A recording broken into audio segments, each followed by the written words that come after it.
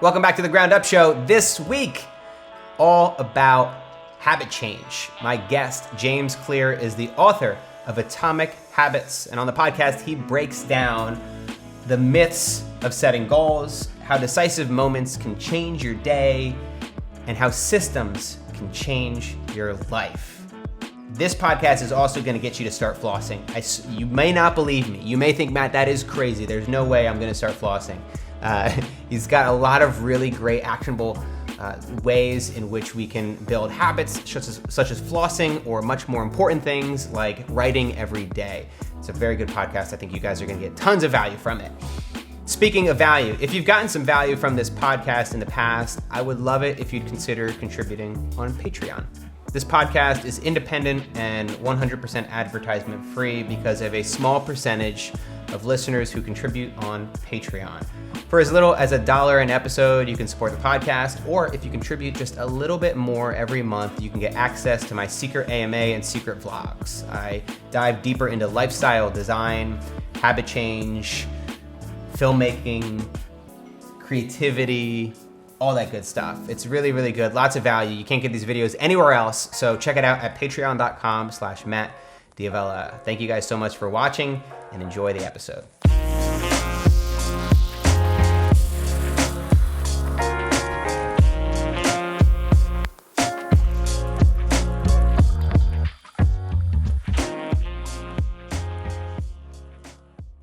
James, thanks so much for being here. Thank you.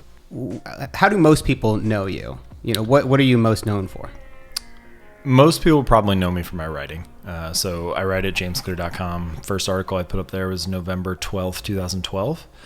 And I'd been an entrepreneur for 2 years before that, and I didn't really know what I was doing, like most entrepreneurs when you start out. And so I was reading a lot about consumer psychology to figure out, like, why would someone buy a product? Why would someone sign up for an email list or whatever? Because I realized I didn't know anything about marketing. And that led me to behavioral psychology. So then I was reading more about habit formation and kind of going down this rabbit hole. And I kept a bunch of notes on my own about habit. It was just kind of like James's thoughts on habits. And it was 60 or 65 pages long. And eventually I was like, all right, I should publish something from this. And so I put out that first article and I said, I'm going to write a new article every Monday and Thursday. And I don't think there's anything magical about that pace, but I just picked that. And I did that for the next 3 years. And that was really the thing that changed everything for me. So, I went from zero. I think at the end of the first year, I had like 34,000 subscribers. And then the second year was like 100. And the third year was like 220. And then fourth year was like 400. And now we're in the mid fours, but we went over 500 and then cut like 80,000 people who just were, kind of faded away and weren't reading anymore. But yeah, so the short answer is I think most people know me from my writing. Yeah, it's funny that you say that about the cutting of the subscribers. Yeah. Because that's something I just talked about with David Sherry, where he's thinking about doing that with his list. Yeah. Where there's a minimalism philosophy at play, but like you're paying to have those people on your list, and if they don't get value from it, if they're not using it, what's the point? Like, it's nice to have the biggest number you possibly can, but what does it really matter? It's a little bit of a trade-off because the people do care about the status signal of the bigger number. And depending on what your business model is, like if you were going to get a book deal or something, a publisher would like a bigger number to be on your, the marketing part of your proposal or something. So you could make a business argument for it there.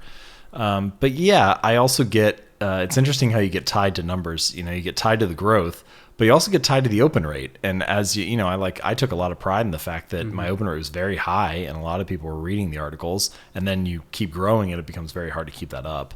So we did it just to clean that up a little bit and make sure that a lot of people were engaging with each email. Do you concern yourself too much with the numbers? Because obviously that's something that a lot of people are trying to get after. They're trying to get X amount of subscribers or Instagram followers. Yeah. And it can be, it's not a fun game to play because once you get it, it doesn't solve any problems. I think early in my career, I was very obsessed with them. I'd be checking like how many new subscribers do I have, and I would be checking like multiple times a day, checking my traffic every day.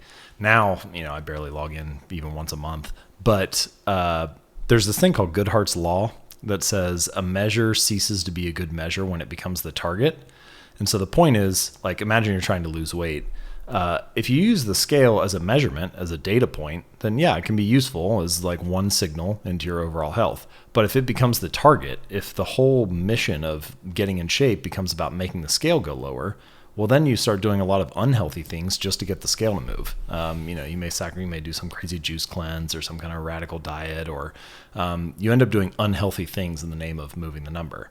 And I think that there's a lot of application of that in creativity and business as well. If the number becomes the target, then you kind of lose sight of the bigger picture. And so I feel like I try to remind myself that measurements are just a piece of the larger puzzle, and I can use them to inform and make sure I'm moving in the right direction, but don't spend too much time obsessing over any individual metric. Yeah, it's like counting calories and using that as your only metric for success. Like if I really only eat 2,000 calories a day or 1,000 calories a day, then I'm going to be living a healthy lifestyle. But there's definitely a lot of shit food that you could eat that's not going to be help you to live you could just do 1,500 calories of Twinkies, and that would technically fulfill that obligation. And it doesn't help to check, to look at the numbers. If you're incessant and every day you're opening it up and saying, well, where am I at now? Where am I at now? It doesn't actually move the number or change what you're doing. Well, this is, I wrote about this in Atomic Habits a little bit, that it's this idea between the system and the goal. And, like say you're playing a sport.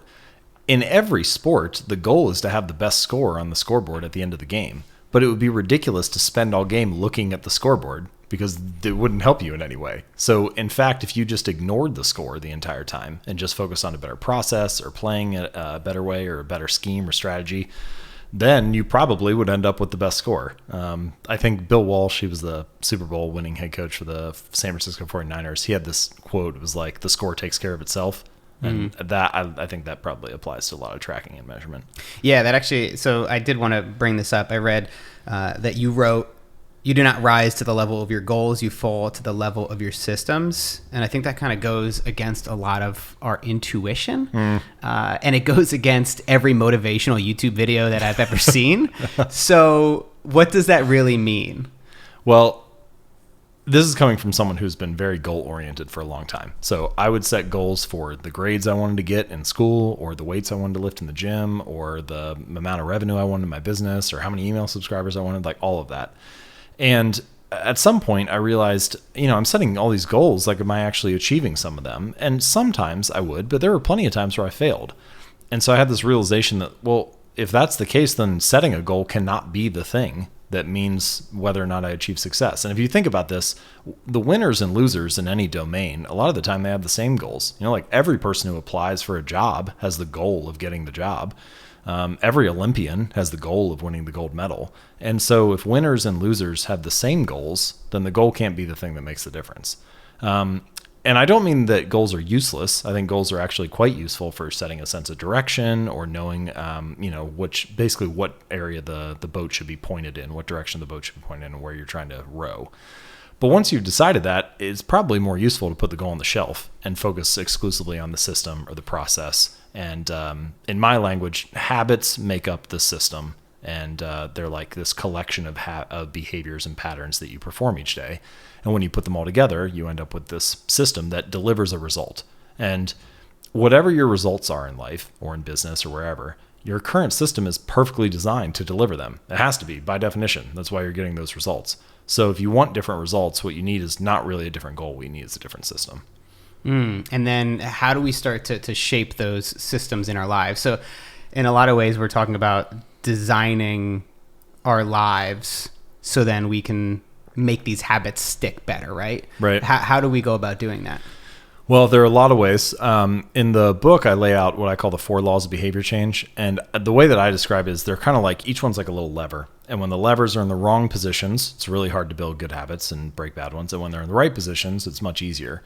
And each one of those is kind of like a toolbox, and you just have to pick the right tools for whatever the job is that you're facing. It's not, some formula like just do exactly this.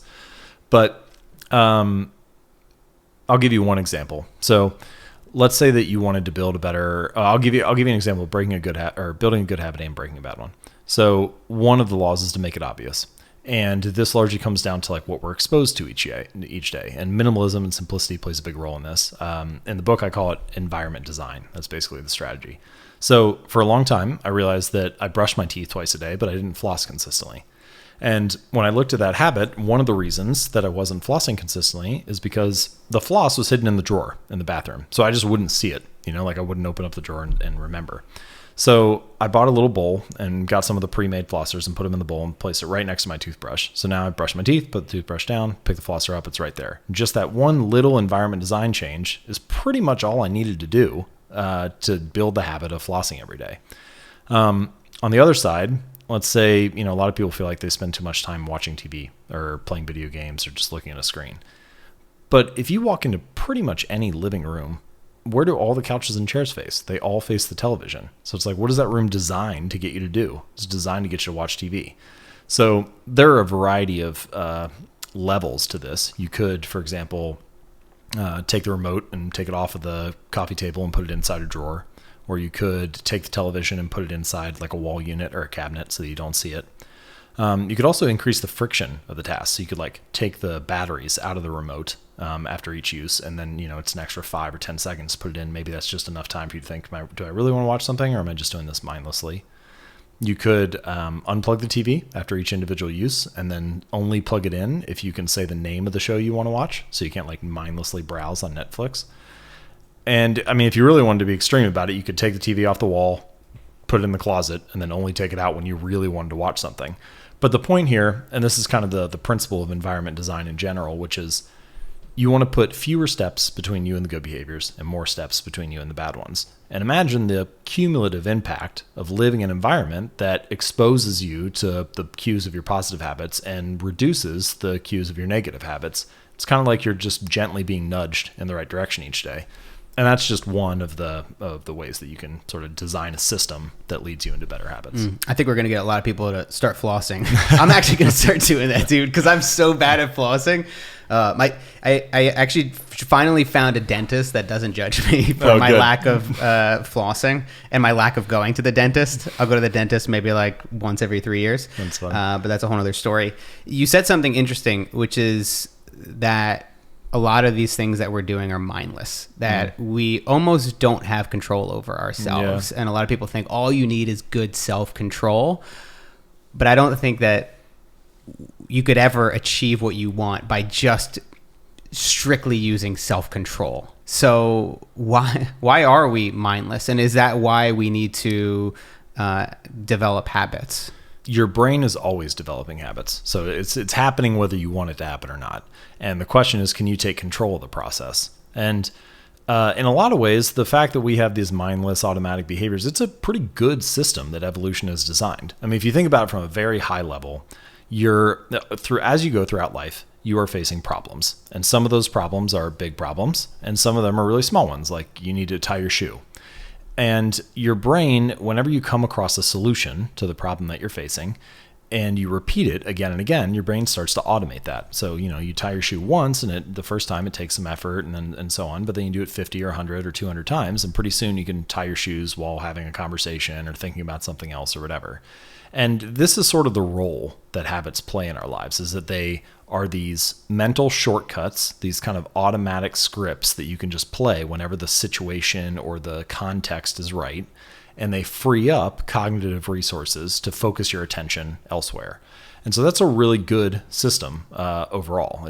We use it all day long without thinking about it. But occasionally it can serve us poorly because, so let's say you come home from work and you feel stressed and exhausted. And that's a problem that needs to have some kind of solution.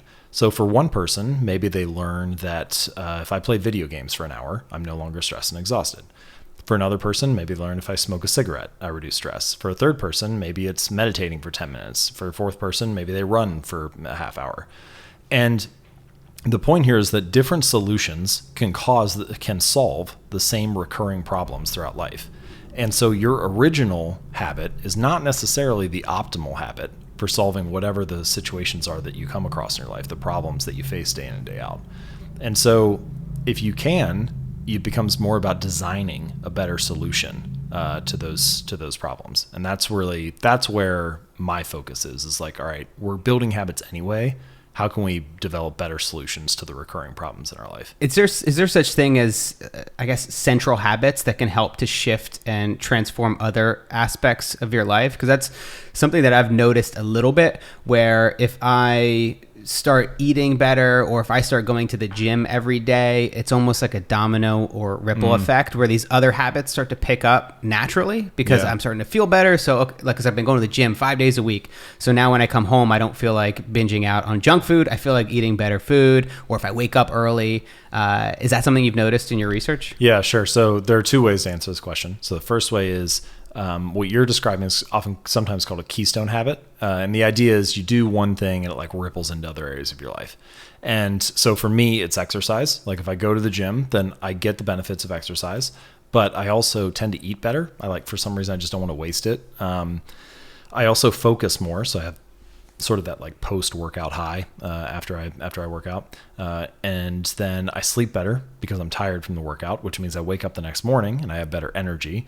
And at no point was I trying to build better sleep habits or energy habits or focus habits or nutrition habits, but all that kind of just came as a side effect of doing this one thing of going to the gym. Some other common keystone habits are budgeting. Sometimes people say when they pay off debt, they'll like start to get in shape, or they they're more social and have better relationships, or like there's all kinds of things that kind of come out of that.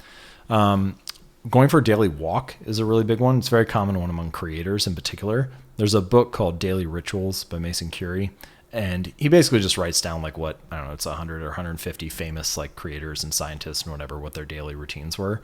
And a lot of them were raging alcoholics and on amphetamines and all kinds of other stuff. But the ones who were more healthy, a daily habit like walking was a really big part of their routine. Visualization is a big one, especially for performers like a comedian or something. They'll often visualize the same kind of result, or professional athletes before they step out on the stage or step out on the court. And then another one is meditation. And this one you hear a lot with like CEOs and leaders. If they get like their 10 minutes of meditation in the morning, the rest of the day just kind of goes more smoothly. So that's the first way to answer that question, is with a keystone habit. The second way is through what I call a decisive moment. And basically there are these little moments throughout the day. Well, depending on what research study you look at, habits account for 40 to 50% of our daily behaviors. And this is all the stuff that you're just doing without even thinking, tying your shoes or unplugging the toaster after each time you use it or whatever. But the true influence of your habits is even greater than that, because in many ways, habits are kind of like a fork in the road. They're like an entrance ramp on the highway. So you do something mindlessly, like you pull your phone out of your pocket and you don't even think about it. It takes 5 seconds.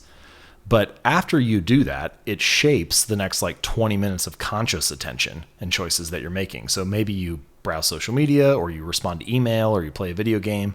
But whatever choice you're making, it was already the context was already shaped by that mindless habit of pulling your phone out.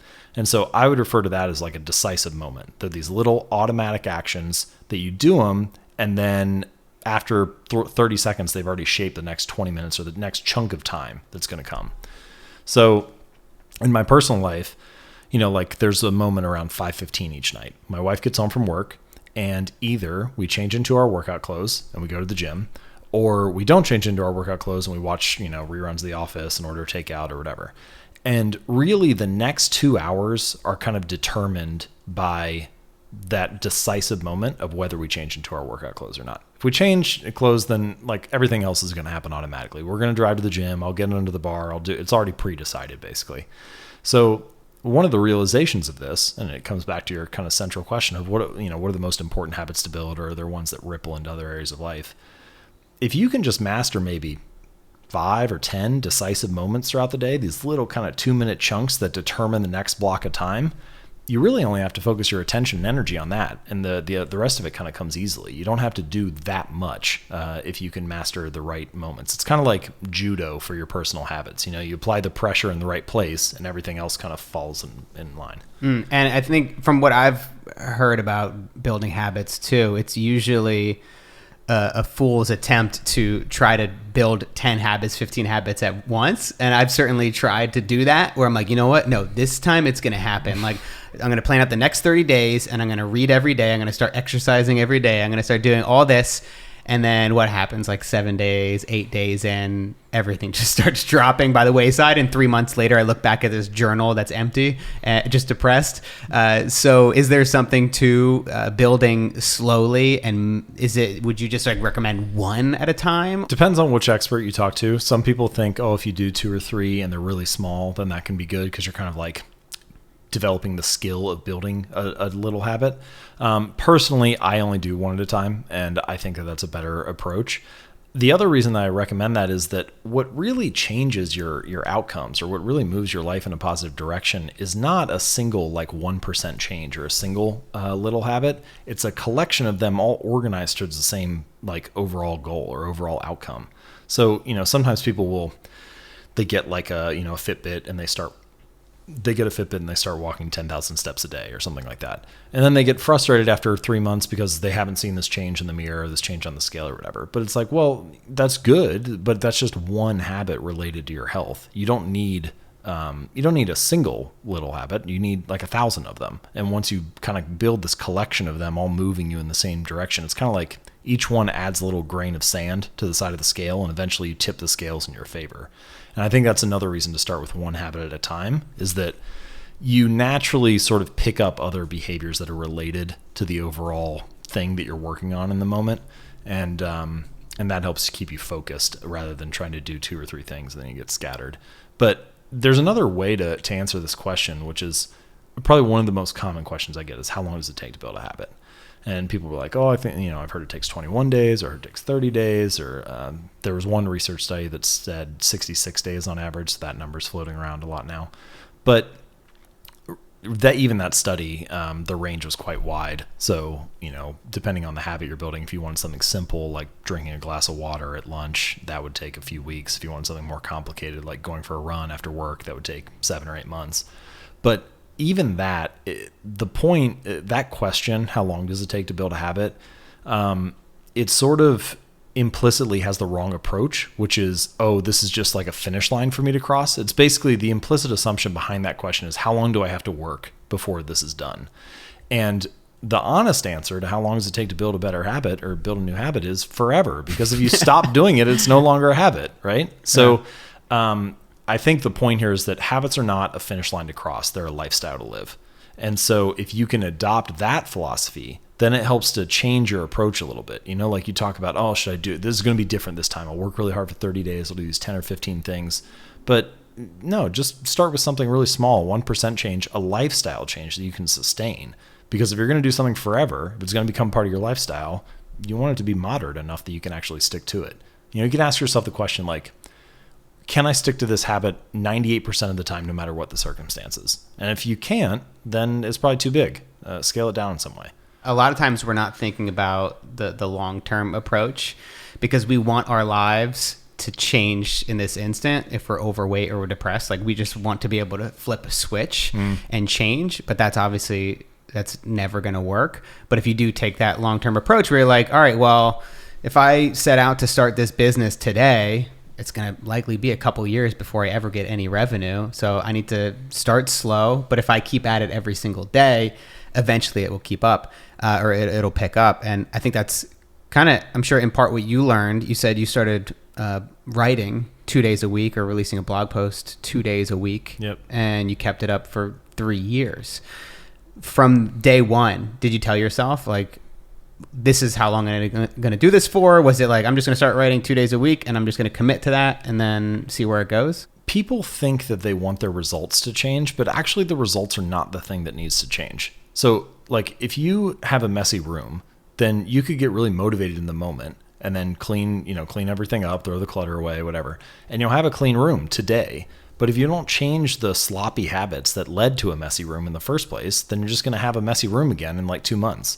And so in many ways, like wanting our lives to change today, wanting a different result, wanting a different outcome is, it's really like treating a symptom without treating the cause. The results don't need to change. If the habits change, the results will change automatically. It'll just follow naturally. To answer your question about my writing habit, I don't really know what I started out with an intention of. I can't really think or remember that I wanted something in particular. I do remember thinking, if I can just get to 10,000 subscribers, then I'll be set. I don't know why it was that number, but that was the number at the time that seemed like, yeah, if I get there, it'll be good.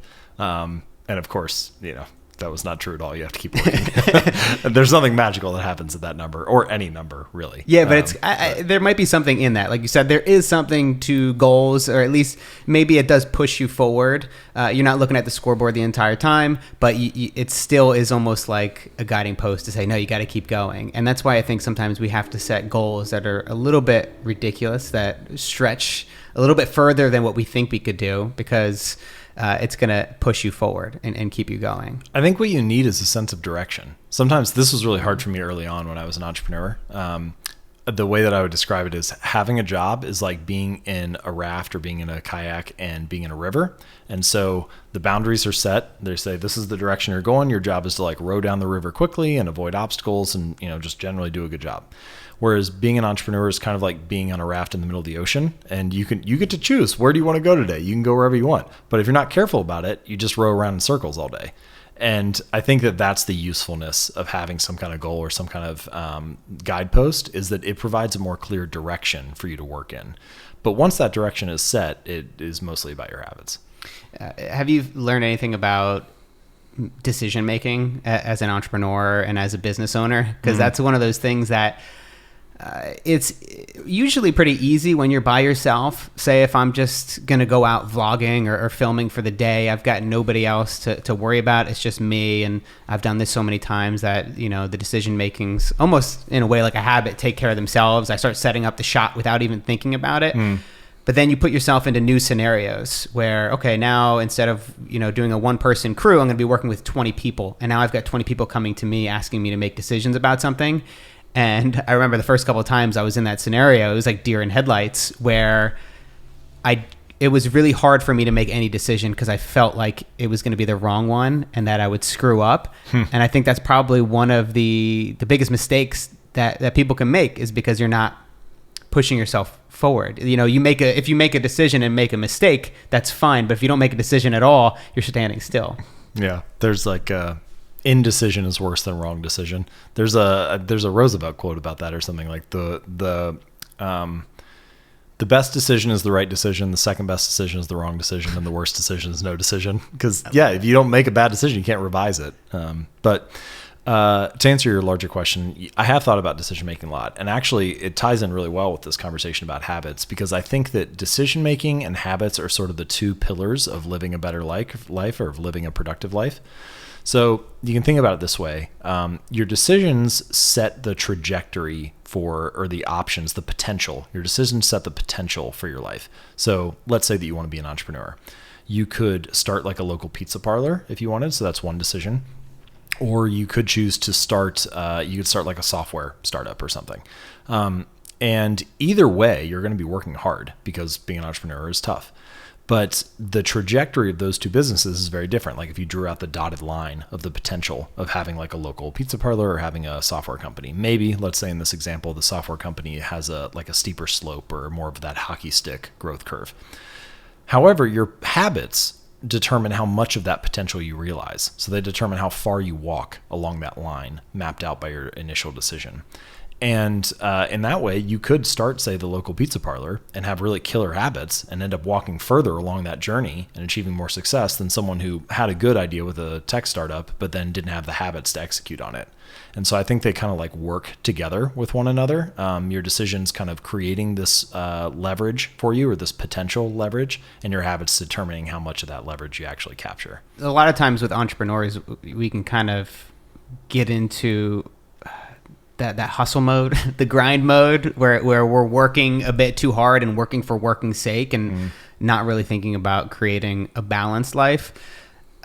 How do you, and early on, I think when we're younger, it's easier to imagine what success would look like. We just look at TV and we usually think of material things as what our successful lives would be like in the future.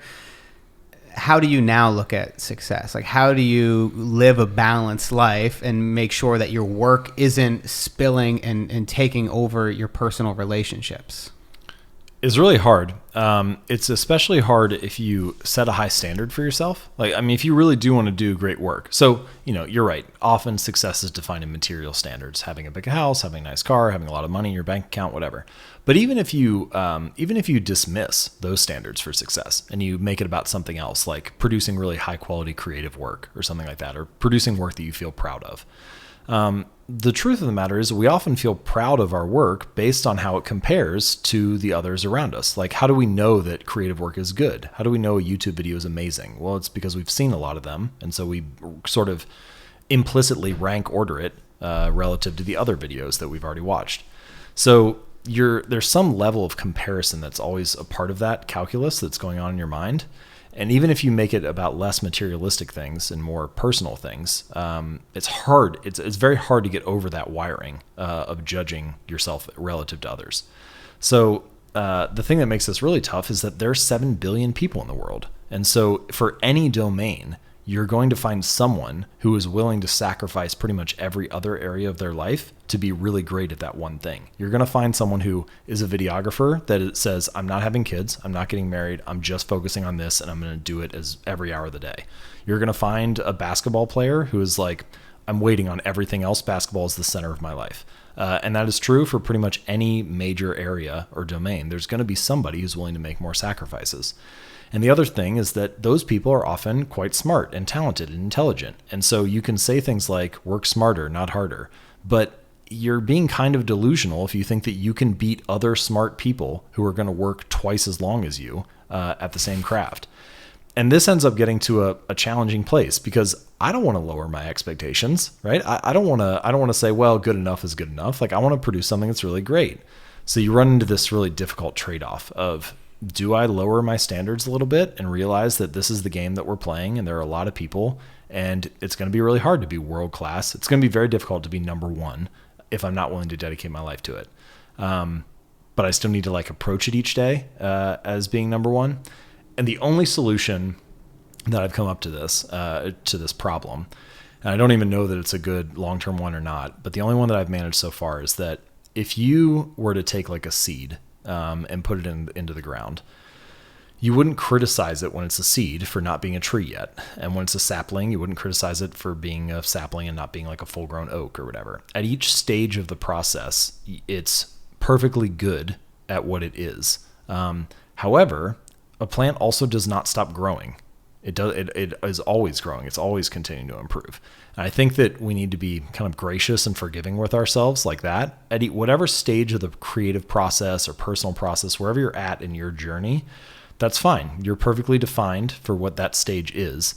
But humans grow and expand and improve and progress. And so I want to not lose my ambition, even though I'm not yet the full-grown oak compared to whoever else is in this domain. It's very hard to find that off switch when you're ambitious. And sometimes, like you said, I think it was 5:15 when your wife comes home or whatever, those kind of signals certainly help. And I found that too with my partner. When she comes home, I try to shut down work. I'm not going to be working past 5 or 6 o'clock. If I was single, I definitely would. Yeah. Well, I need that, right? If she wasn't there, I wouldn't do it. Yeah. So you the external signal forces it. Yeah, exactly. And it's that signal that helps you. But then, you could still work weekends. If she's working a weekend, sometimes I get really excited because I'm now I can work this weekend, which is an amazing position to be in because not everybody has the work that's truly fulfilling and that they love. But I know that if I did that all the time, if I worked every weekend, I would be sacrificing too much. I would know that I would look back and have regrets for not spending more time with my family, friends, for traveling and exploring and all these other things that I want to get out of life. I think, so I just said that I only had one solution to this, but I think I have two. So the other thing that I like to recommend is thinking about your life in seasons. And the current season that I'm in, I don't have kids yet, so it can be a career-heavy season, right? I can focus on spending a lot of time pouring that in. You can work weekends. You can work later if your wife doesn't come home. and you can do the best you can with the time allotted. But then at some point I will have kids, and that's a very different season. So now, now it's more career light, and I need to focus on family, and you can define success in a different way at that season.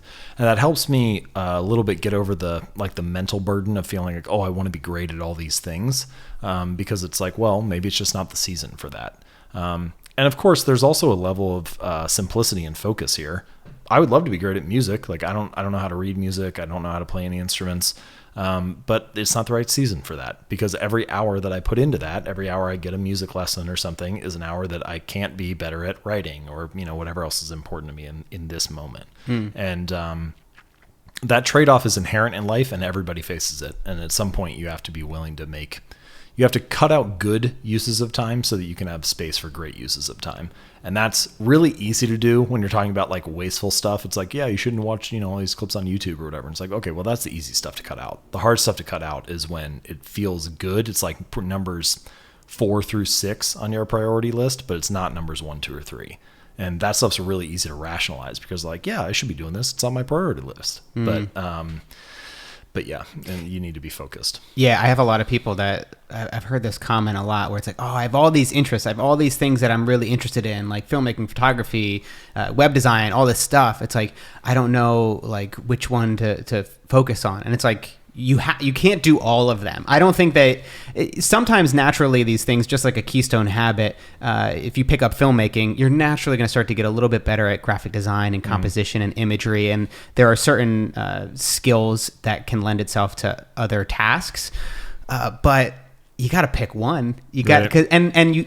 I would say don't pick 2, at least for the very beginning. Like pick one and try to dedicate yourself for the next 3 months or so to just focus on that. And then maybe down the road, like I was never into photography. I was always really terrible at it. But people thought that since I was a filmmaker, I would be good at taking photos, and they would ask me to take photos of them, and then they would see the photos, and then they would say, disappointed. Yeah, they would be like, "Oh, this is terrible," just because it is a totally different thing. And now I've started to dabble a little bit more.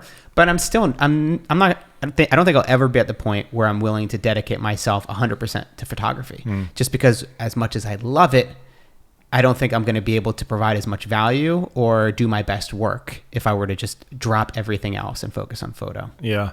There's a weird thing that happens if you do focus on one thing and become really amazing at it, which is that it magically opens up all these other options for you that it's almost like it's a shortcut to other things, like, so you see someone who becomes an actor or an actress and they do really amazing at that. And then all of a sudden they could be this great humanitarian, like the United Nations wants to work with them. They want their help with that. But if you just wanted to do humanitarian work from the start, it would be really hard to get in contact with the United Nations. So becoming at world class at one thing kind of opens up these avenues to do wildly different things as well. But the challenge is, the more successful you become at something, the more opportunities come your way. The more opportunities come your way, the more you need to learn to say no instead of yes. And when you do say yes, suddenly you're doing things that take away from the thing that you were great at the first place. So I don't know. It's a challenge of being successful. I had a guy tell me the other day, I was doing a speaking event with this company, and he said, nothing destroys success like success. And I was like, oh, that's a pretty good saying. He was like the CEO. He tells this to his employees all the time, because he's like, look, we've gotten good at this thing, and now people are trying to do all this other stuff that we're not great at because we have options now. But we need to stay focused on the one thing that we do really well. Yeah, I think that advice could also even be applied to a lot. So certain fields are really difficult to get into, like acting, where if you want to be a successful actor, it's so much dependent upon. There's still a lot of gatekeepers out there for acting.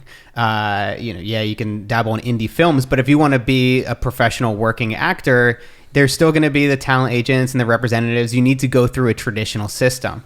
And but then if you were to say, all right, you know what, I'm going to be a filmmaker or a YouTuber or a director. And then eventually, like you said, if you become world class in that, you could direct a movie that you're in, there's other ways around it.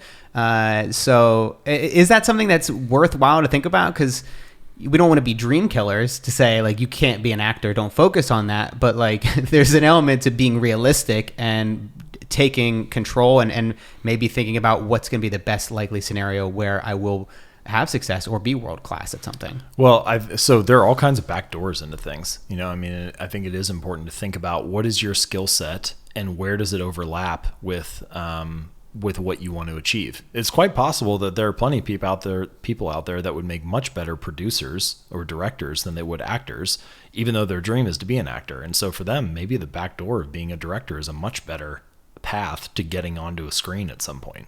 And that's true. We're just kind of playing with this little example here, but that's true in many different areas. There are all kinds of ways to work your way in. And I think you need to be aware and honest about what your skills are so that you can figure out the best path. Is success inevitable if you work hard enough? Or are there just certain people or certain things that we would try to be, say, a professional musician, that it would just never work? It's just like, you know what I mean? Like, I feel bad saying that, because a lot of times all you want to say is like, you can do it if you just keep trying, but sometimes you maybe won't make it. I mean, because there's nothing's guaranteed, right? We know that this is true with physical characteristics, right? If you're 7 feet tall, so this is the way that I think about it. So if your genes play an important role in your ability to do anything, but we often don't like talking about genes in biology because they seem fixed. And so if a characteristic is fixed, then people don't want to talk about it because, like, well, there's nothing I can do, so I might as well not try. But that actually is not true.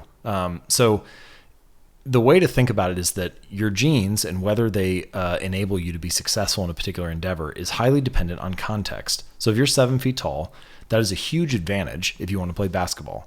It's an incredible hindrance if you want to be a good gymnast. And so the usefulness of your genes is defined by the context of your environment. And that's very obvious when you give a physical characteristic like that. Everybody would agree with that. Yeah, it's going to be hard to tell someone who's 7 feet tall, just try harder, you'll be a great gymnast someday. But it's also true for psychological characteristics, for mental abilities, and for personalities. And so I have a chapter in the book where I talk about genes and habits and personality and how they all kind of tie together. The most robust measurement of personality is the Big Five, and it kind of maps your personality on 5 different spectrums. The most common one, the one that most people are familiar with, is introversion and extroversion.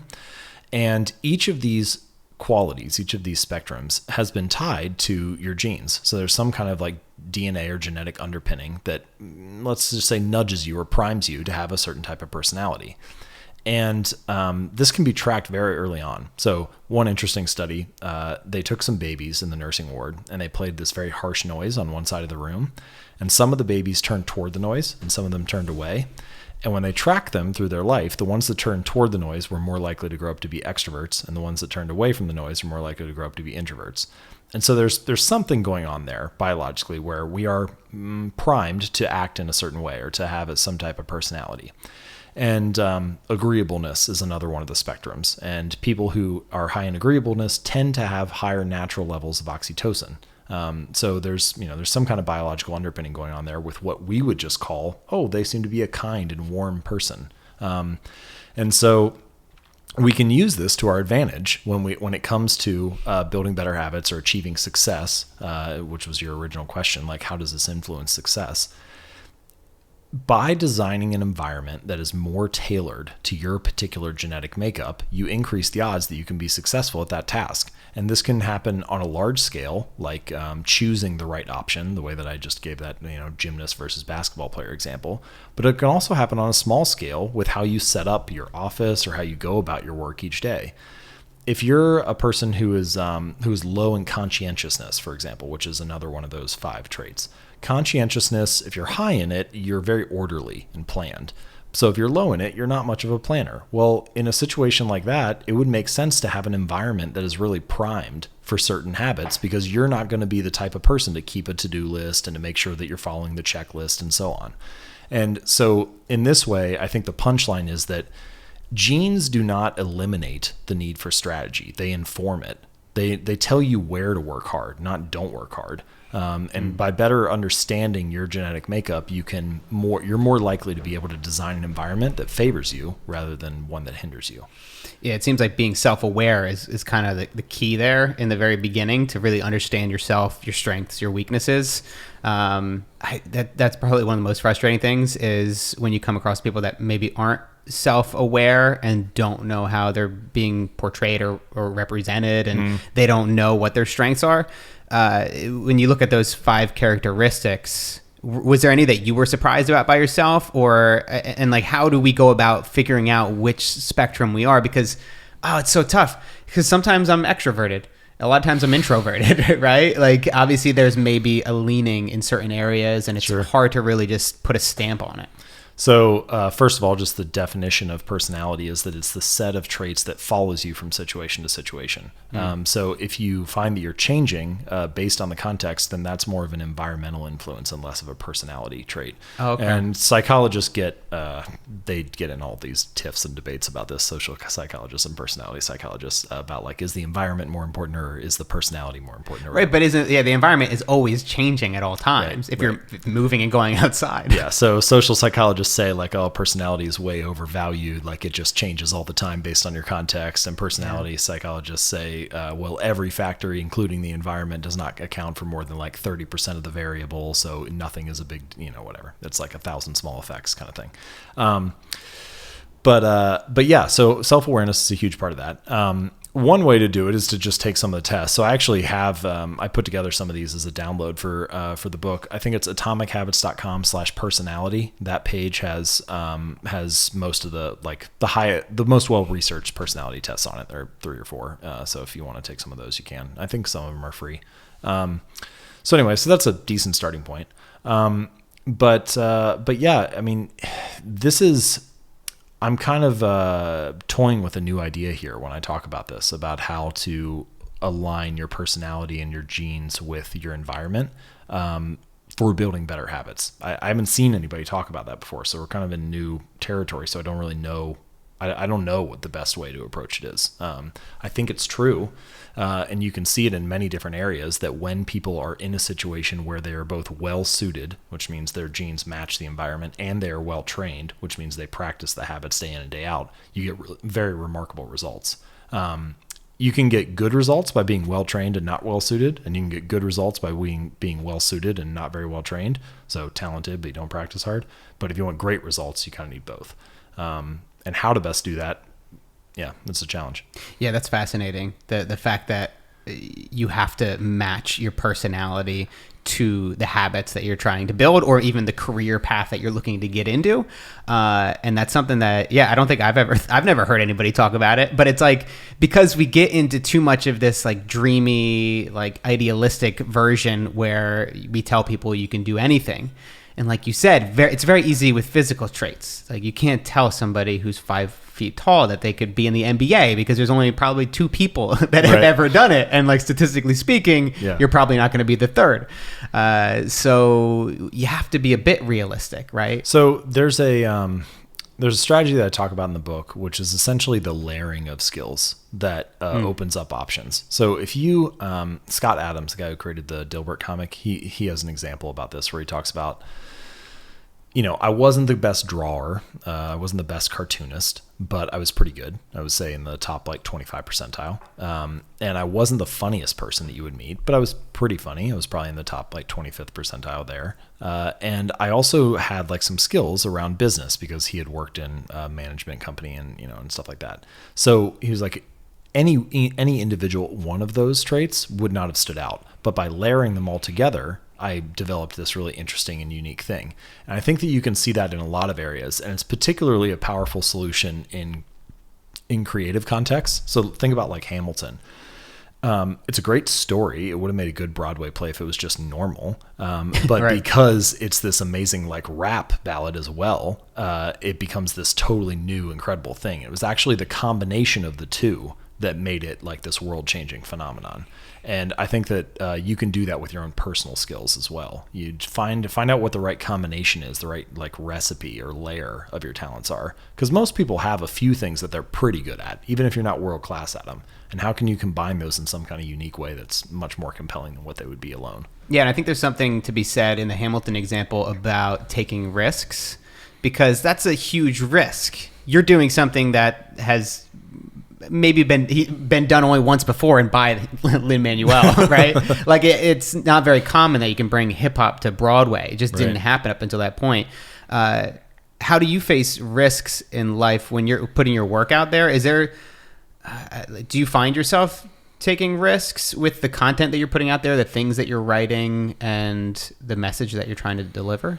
Well, I like the idea of risk. This is kind of a Nassim Taleb approach, but I like things that have limited downside and unbounded upside. So I know what the investment is at the beginning, and like a very easy example, finance and numbers make things like more easier to quantify and look at. But if you were, like an angel investor and you put $10,000 into 10 different companies, your loss is bounded. You know exactly how much you will or won't lose. At the most, you're going to lose that $100,000 or $10,000 for each company.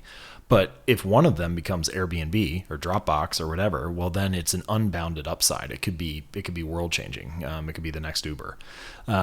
And again, that's like a very cut and dry example because it's financial, but I think you can kind of take risks like that creatively as well. If nothing else, you could have a bounded time scale for it. You could say, all right, I'm going to spend the next 3 months launching a podcast or creating a YouTube channel, or, right, for me, one thing that I'm toying with right now, I have all these notes on consciousness, but it would be kind of a risk for me to write about consciousness because my style is to be very actionable and practical, and like I want people to be able to use stuff, whereas this would be much more theoretical.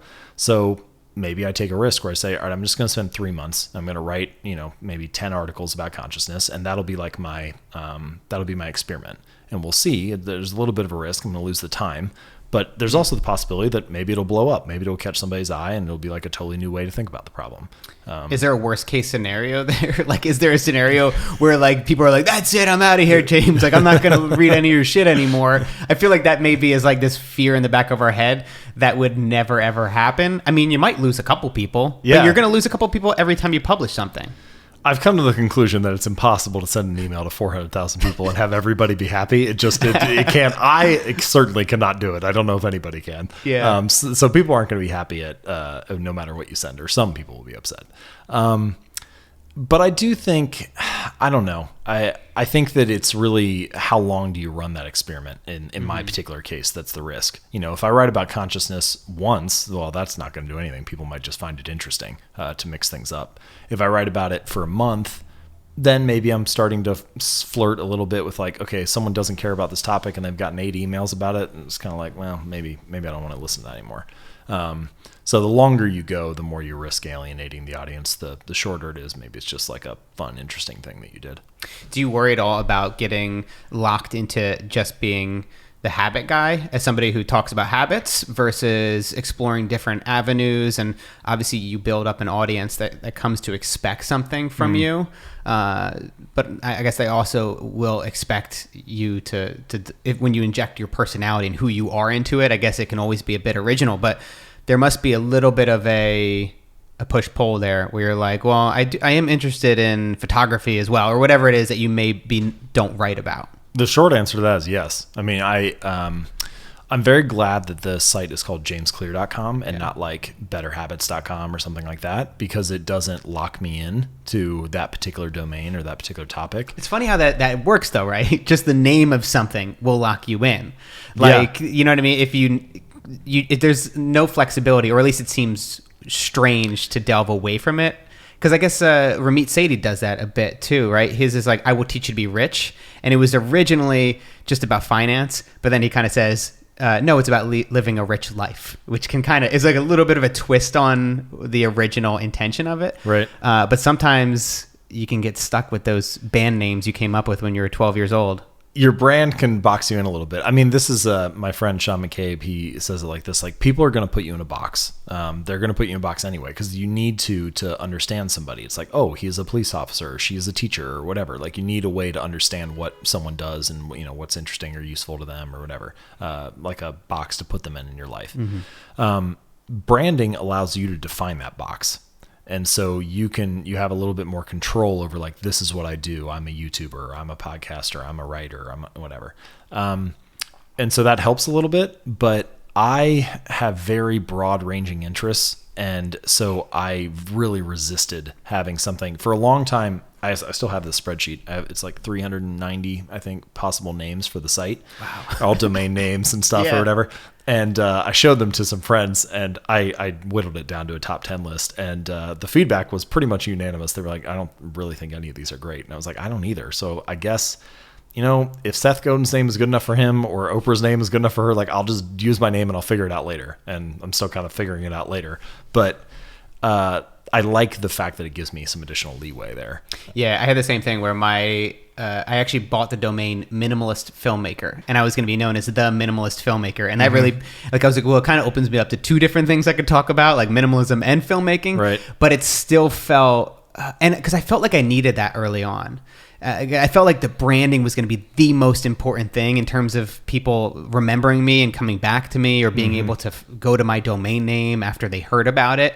And that ended up not being true at all. And I thought the apostrophe in my name was going to really screw people up. They're like, how am I going to, So like none of that mattered, because we're in a digital world where people find out about you online through a link. They click on it and then they click subscribe, or they click on it and they find you. So I do think it is important, like your branding and how you message yourself and how you put yourself out there, because that's obviously what separates you from everybody else.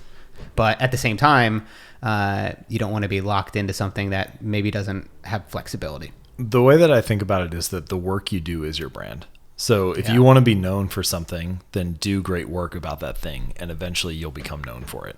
But I don't want to dismiss the value of having a good brand name, or the value of doing something like that, because it, one of my favorite examples is my friend Steve Cam. He runs a site called Nerd Fitness. Well, it's about getting in shape, but there's a lot tied up in that name, because it's a really brilliant brand name, because pretty much anybody can identify as a nerd. Like, you can be a podcasting and an audio nerd. You could be love Legos. You could be really into the Marvel universe and Spider-Man. You could love Star Wars. You could be a nerd about cars or programming, or there's like a million things. But it doesn't feel that big when you're that person. You just think about it. It feels like small, or it feels like your identity. And when you have a well-defined space like that, I think it is a little bit easier to build an initial community, because people have a reason to latch onto that. If the right person comes across that box, they're like, oh yeah, that's for me. I should I should climb in. Whereas if it's just you, maybe the startup cost is a little longer there. The curve is a little more shallow in the beginning, because you have to build up a portfolio of work to represent that. But I do think long term, whether you have the name or whether you go with your own name or whatever, your work is what defines your brand. Yeah, I completely agree. I think you're right that in the very beginning, it may help to push the needle a little bit. But over the course of, if we're taking the long-term approach, 5 years, right, if your work's good enough, eventually people are going to see it, right? If it's in the top 10% and you're really just killing it, whether it's film or writing, you're probably going to get noticed. Yeah, it's hard. I mean, the way that I've grown is by spending just as much time on strategy and marketing as I do on the content creation. It's probably about 50-50. So I put a lot of work into trying to reach people.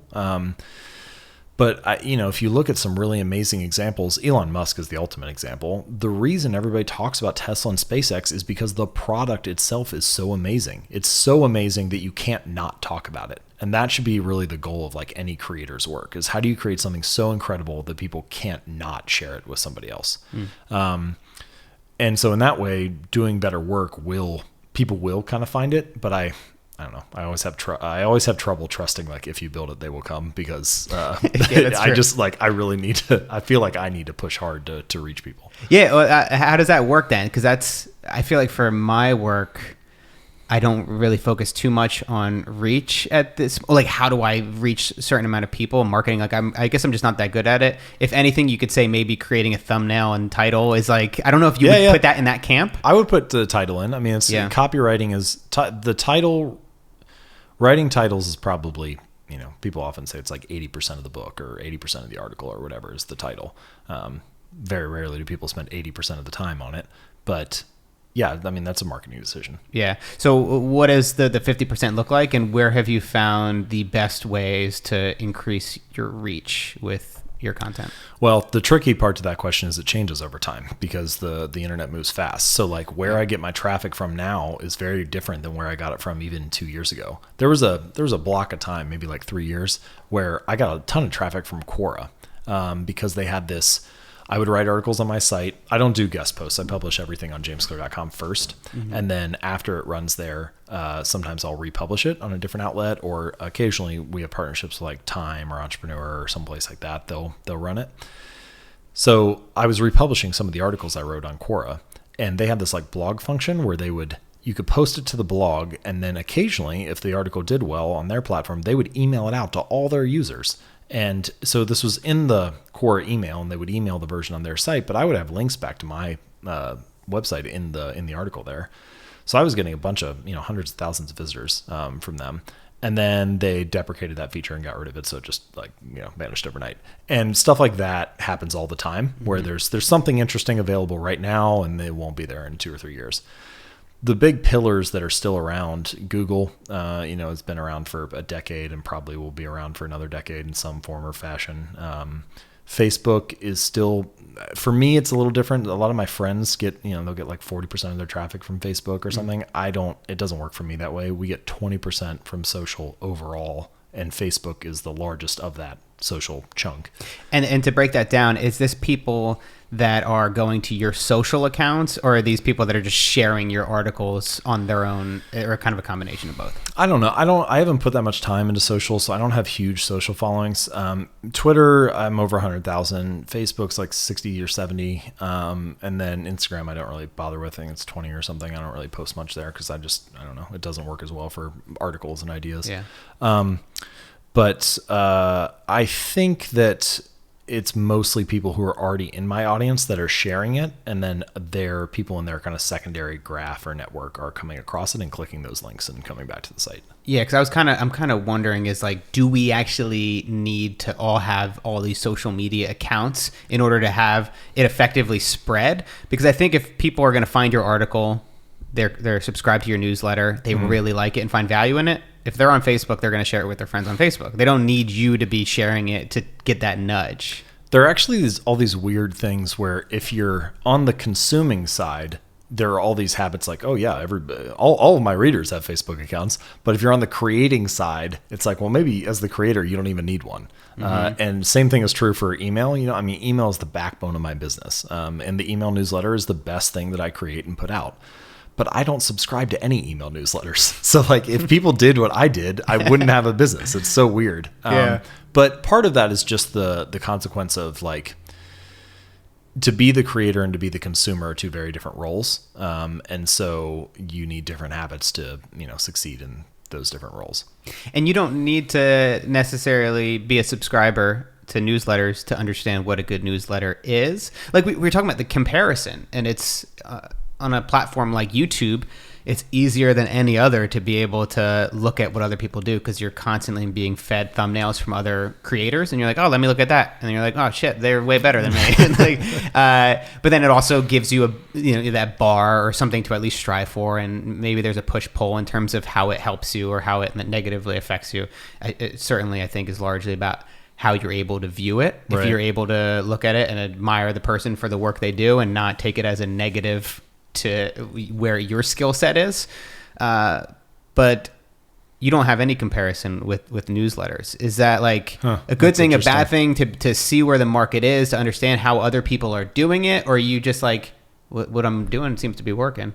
You bring up an interesting point. I hadn't really thought about it this way, but I think this is what's happening. So if you're on the same platform, if you're seeing the other YouTubers or if you're seeing the other podcasts or whatever, then there is some slight positive benefit because you get to see what is working for other people.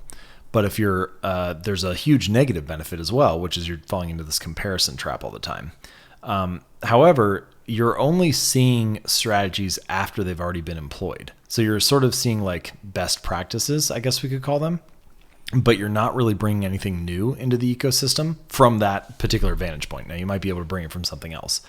For me, with the newsletters, so technically I run a blog and I have an email newsletter, but most of my reading and consumption is from books and research studies. So I'm actually bringing something from a different vertical into this like little ecosystem. And I wonder if there's a benefit to that, to like getting your sources outside of the same vertical that you create in. And then you can like maybe spice things up and bring in a new angle that other people, that hasn't like yet pervaded the platform that everybody's on. Yeah. And that's like the creating of the Hamilton. It's like, Lin-Manuel has this crazy subset of skills in hip hop. And then he combined that with the theater to bring it to a new platform. It's Yeah, I think it's one of those things where if you want to do something different, if you want to stand out, then you can't just be recreating what everybody else is doing. And people get into that trap all the time. The most interesting ideas are often at the intersection of different areas. So I wrote an article on first principles thinking, and this is usually how really amazing first principles thinking happens. There's John Boyd, this famous military strategist, and he gives this example of snowmobiling. And so he says, like, you get a bicycle, a military tank, and I think like a speedboat or a small boat with like just a single engine. And those are the parts that you have to work with. And what you can do is you can take it was a boat with a jet ski behind it, or like a pair of skis. So what you can do is you take the skis and the motor from the boat, and you take the handlebars from the bike, and you take the treads from the tank, and you put them all together, and you can build a snowmobile. But it's only by like distilling down to those fundamental parts, and then taking from like wildly different disciplines, from the water and from land and from bicycling, that you come up with this interesting novel solution. And if you look throughout history, it actually has happened this way multiple times. So when Gutenberg created the printing press, there were already printing of materials and printing presses out there, but there weren't any that could operate quickly. And what he did was he took this like corkscrew mechanism from a winery, and he added it with the little printing elements, and was able to like create a press out of it that nobody had done before. And so suddenly he could like print at scale, and it ended up being, one of the most important inventions of modern society. But he got it from a totally different area. And so I think that's true both for like physical creation and probably digital creation and mental thought, is like, if you can draw upon ideas from different disciplines, you can often come up with something much more meaningful or useful. Yeah, and you don't have to reinvent it completely. You just don't copy somebody word for word, or don't try to be somebody else. Infuse your own style and your own past experiences into what you're creating. This is a tough conversation because you don't want to just plagiarize and copy what somebody else is working on. But by and large, I think people are far too they take far too much ownership over their ideas. They don't realize how much they have been gifted from all the people who came before them. So throughout history, there have been 107 billion people or so, and there are 7 billion alive right now. So the quote from Niall Ferguson, who's a historian, is like, the dead outnumber the living 15-1. So all of those people that have lived throughout history, they have all tried things and failed and tried differently and slowly learned along the way and honed their, occasionally they came across a solution that worked. Pretty much anything that you think you can come up with right now that's like this interesting solution, somebody else probably already tried it. And the best solutions get widely disseminated, and all the things that you practice and get better at, you can pass down to your children and so on. And this is how humanity advances. It's kind of this giant snowball of collective knowledge that's just like rolling down this endless hill, picking up steam and picking up new ideas as it goes along. And in many ways, the reason that modern society is where it is now is not because we are smarter than the people who came 10,000 years ago. It's just because we have a bigger ledge to stand on when we were born. I have a little niece. She's 2 years old. And when she was born, she wasn't being taught all the same stuff I was being taught in school. She got the benefit of the last 25 or 30 years of knowledge that is now being taught to her. And it's the same way, on and on each year. Some of the things that we found out were wrong, we stopped teaching, and some of the things that we learned were right, we start adding, and eventually this knowledge expands. And my point here is that so much has been learned over the broad span of history. It is very hard to have anything new to contribute to that. And so if you think you're adding something new and interesting, you're really probably only adding like the last 1 or 2% to that idea. And that's if you come up with something compelling. Earlier we were talking about my idea of success is a matching problem, and you need to match the genes to the environment. Well, that's cool, and that sounds like it's something novel I came up with, but really, if we're being honest about it, there's so much research about genetic code and about success and environments and all that stuff has been talked about 1,000 times. And the only little thing that I added was putting it together in some way or phrasing it in a way that was simple or easy to understand or something like that. So how much credit should I really get for that idea? I don't know. I think it's probably fairly minimal. Do you think we should be early on copying other people, maybe copy with credit? Because I know when I first started out, I copied everybody. Nobody was seeing my shit. It's not like I was making money off of it. Sure. I think there's obviously a line where stealing somebody and profiting off of their work is wrong. But I would see filmmakers that I admired, and I'd be like, oh, cool, I'm going to just recreate what they did. and literally do a shitty version of what they did. And I think that's important. That's how we learn and that's how we grow, is by like copying and by replicating what others have done. And then eventually we need to stop looking at other people's stuff and just start creating for ourselves. Still, as you know, we are intentionally or unintentionally copying other people. Other people have influenced our work. Other people are contributing to what we are creating, whether we like it or not. Well, I think there's a vein of humility that kind of runs through all of this. You know, I mean, the point that I'm trying to make here with like, there's this huge collective ball of knowledge that we all are benefiting from, is that just don't take credit for it. Give all the credit away. You know, I mean, you're benefiting from a huge, massive amount of knowledge that you just don't even think about each day. But there's also there's a speech given, it was by this famous photographer, and gave it as a graduation speech. And he laid out this idea that he called the Helsinki bus station theory. There's an article about it on my site if you want to read the whole speech. But his point was, early on in your career, especially as a creative, it's kind of like you're at a bus station and everybody's on, you know, each of your peers are kind of on a different bus. And you leave the station and some of the same buses go to the same stops as you go through the city. And so you show up at a stop and they're like, oh, there was already a bus here that looked like that. You know, somebody's already been on this line. And so people aren't respecting your work. They're like, oh, that reminds me of so-and-so. It looks like you're copying them. You know, what do you think about their work? Because it seems like they did it first. And this continues for a few more stops as you continue to go.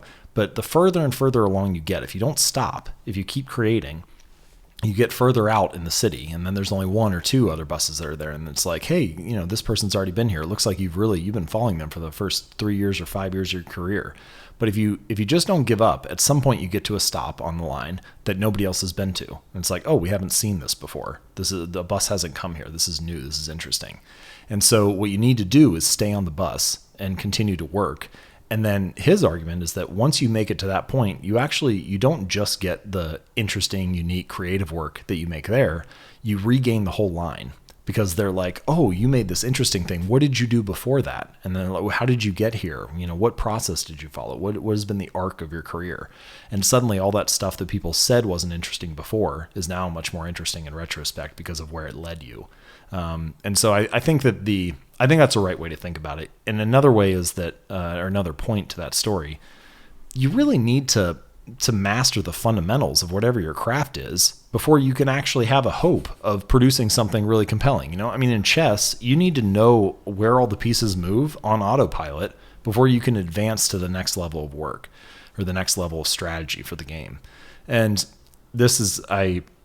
I think this is true for any area. Habits in that way are the foundation for mastery, because you have to be able to understand the fundamentals at like a habitual level, at an automatic level, and then use that as the foundation for the next level of performance. And the only way to do that is to learn from, you know, what are all the best practices right now? What's everybody else doing? Where can I, you know, and give credit along the way. It's not you that came up with it. But you have to master those fundamentals before you can produce something compelling anyway. Yeah, it would be kind of comical to pick up a guitar and then expect that you're going to be able to just create original music without ever knowing any chords. You know, if you pick up a guitar, you're struggling, you're learning some basic chords. You're usually trying to find some really simple songs that you can replicate because we learn from what others have done. And I think that probably is true for every discipline, whether it's, you know, writing a book, figuring out how sentences are structured.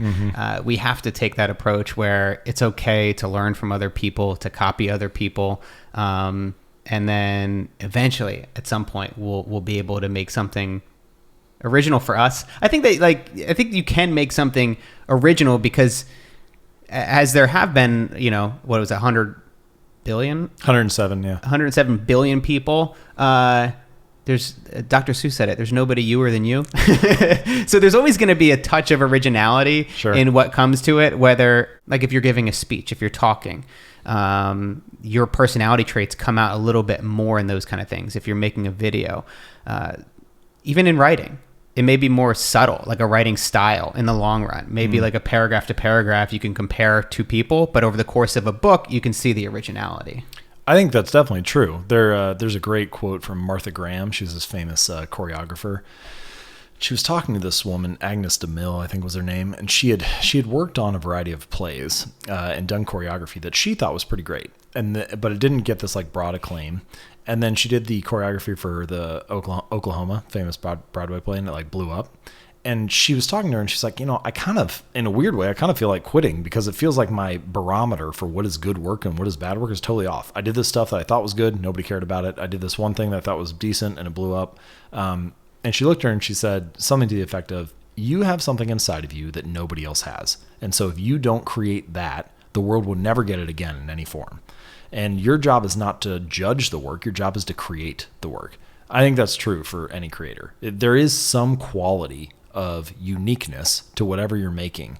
If you allow it to come out, if you just copy and paste, then that's not the same thing. But if you do allow yourself to show up and deliver it through whatever your unique lens is, then yeah, there's something that's irreplaceable about that.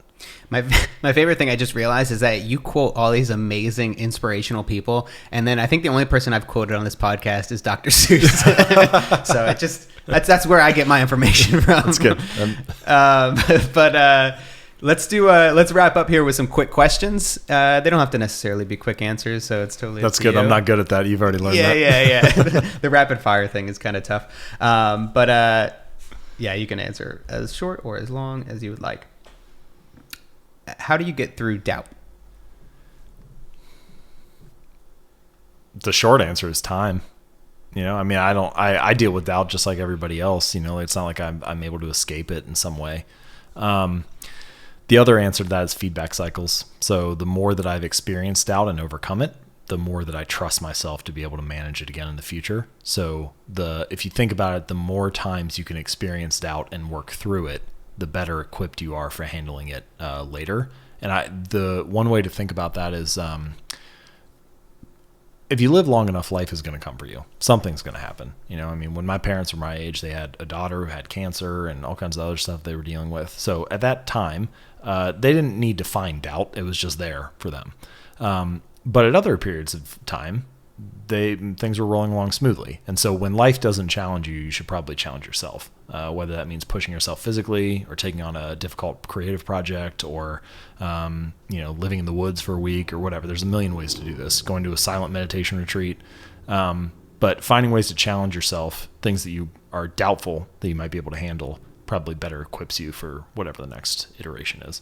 So it's almost like looking at your life, and if you're not experiencing doubt as a creative, then likely that you're probably in a bad place because you're probably not pushing yourself enough. That's probably true. You don't need it doesn't need to be crippling, or it doesn't need to be everywhere. But I think there should probably be why not for an hour a day? If 23 hours of your day are rolling along smoothly and you feel pretty good, might as well push yourself a little for an hour. Is there a universal skill, or we could say habit, that's most important for creators to learn? So somebody who's looking to put out content, build an audience, and be able to make a living as a full-time creative or creator. There are a couple of things I could choose here, like fitness and exercise. I think is a crucial one. I don't think I'd be an entrepreneur without an exercise habit. I don't think I'd be able to handle the psychological roller coaster of it.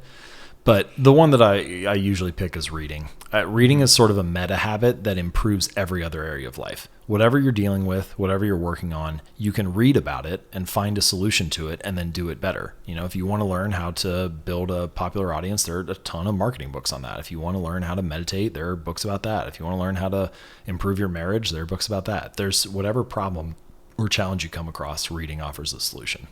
And is reading, is it do something different than watching a movie? I'm not sure about the difference of how watching something sticks versus reading something sticks from like a memory standpoint. But I do think that even when it comes to watching great documentaries,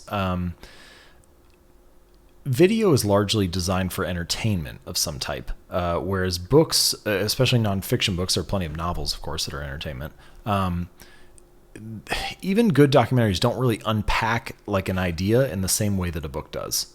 You could read a book on, you could watch a documentary on, say, like FIRE and early retirement or something like that. This whole movement of financial independence and saving a ton of money.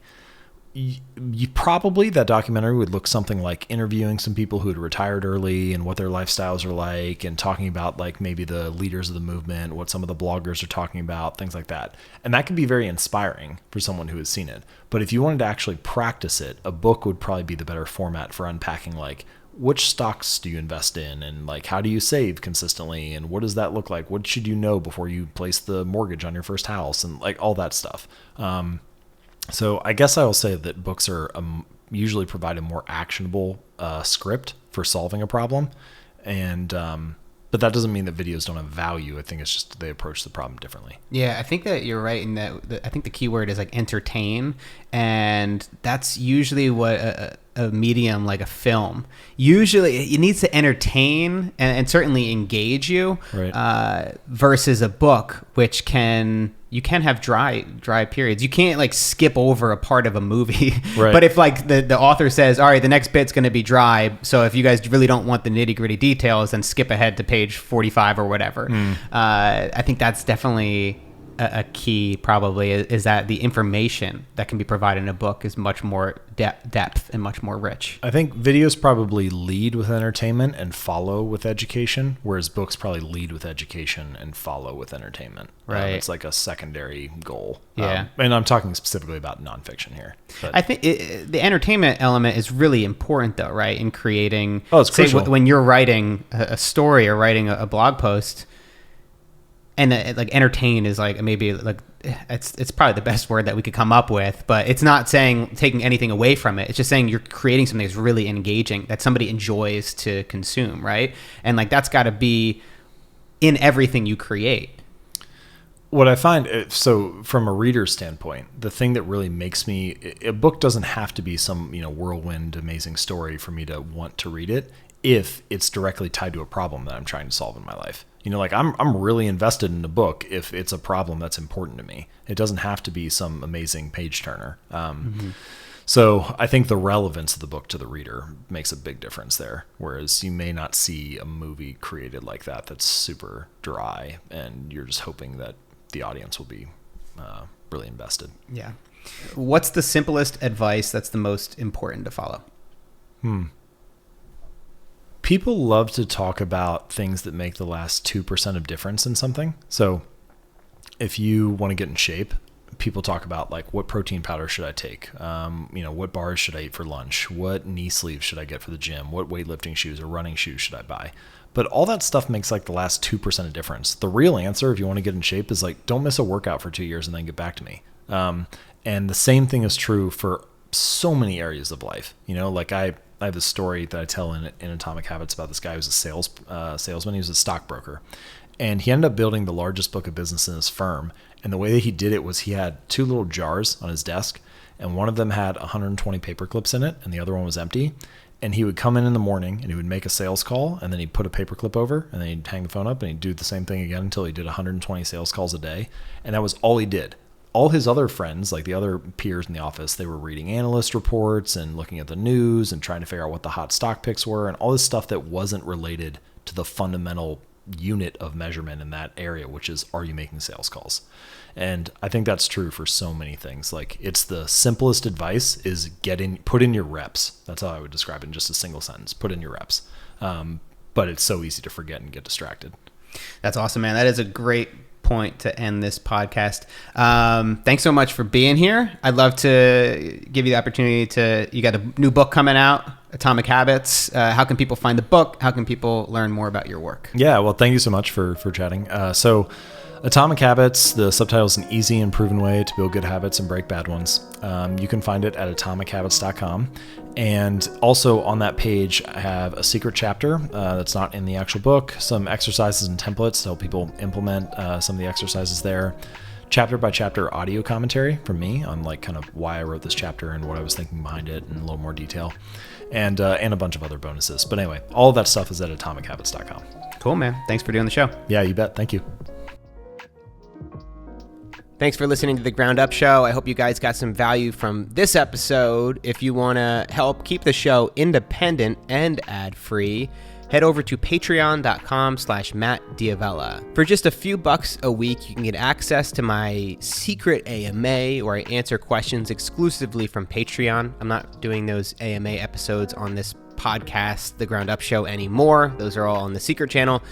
And you can also get access to my secret vlog, which is really, really cool. I'm a few episodes deep now. I'm creating videos every month that I don't release anywhere else except for Patreon. So you get a look into lifestyle design, business development, how I make my videos, how to make it as a creative. All those things can be found at patreon.com/Matt D'Avella. Thanks for listening. See you next week.